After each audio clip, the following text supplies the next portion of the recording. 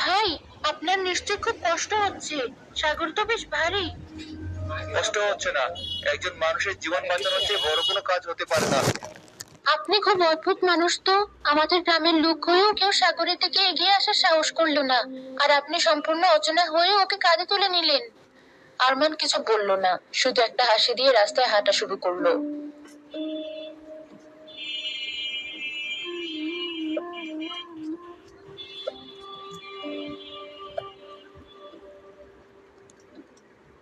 না, ক্ষতটা অনেক গভীর। ভাগ্যিস তোমরা সময় মতো নিয়ে এসেছো, নইলে ছেলেটার আজ রাতেই খারাপ কিছু হয়ে যেত।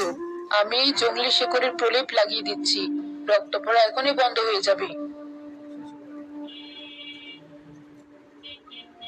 আপনাকে অসংখ্য ধন্যবাদ মা, আপনি আজ অনেক বড় একটা উপকার করলেন। ধন্যবাদ আমাকে নয় বাবা, তোমাকেই দেওয়া উচিত। অচেনা একটা ছেলের জন্য তুমি এতটা পথ ছুটে এসেছো। কিন্তু বাবা, একটা কথা ভেবে আমার বুকের ভিতরটা বড্ড মোচড় দিয়ে ওঠে। কি কথা মা? এই যে এত বড় একটা রাজ্য আমাদের, অথচ এই গ্রামের পর গ্রাম জুড়ে কোনো চিকিৎসালয় নেই। আমি সামান্য একজন বৃদ্ধা, জঙ্গল থেকে যেটুকু লতাপাতা চিনি তা দিয়ে সাহায্য করার চেষ্টা করি। কিন্তু প্রতিদিন কত মানুষ, কত শিশু সামান্য চিকিৎসার অভাবে চোখের সামনে মারা যায়। রাজপ্রাসাদে যারা বসে থাকেন, তারা কি আমাদের এই কষ্টের কথা কখনো জানতে পারেন না? আপনি ঠিকই বলেছেন মা, যারা শাসন করেন তাদের হয়তো অনেক ভুল আছে, তারা হয়তো অনেক সত্য থেকে দূরে আছেন।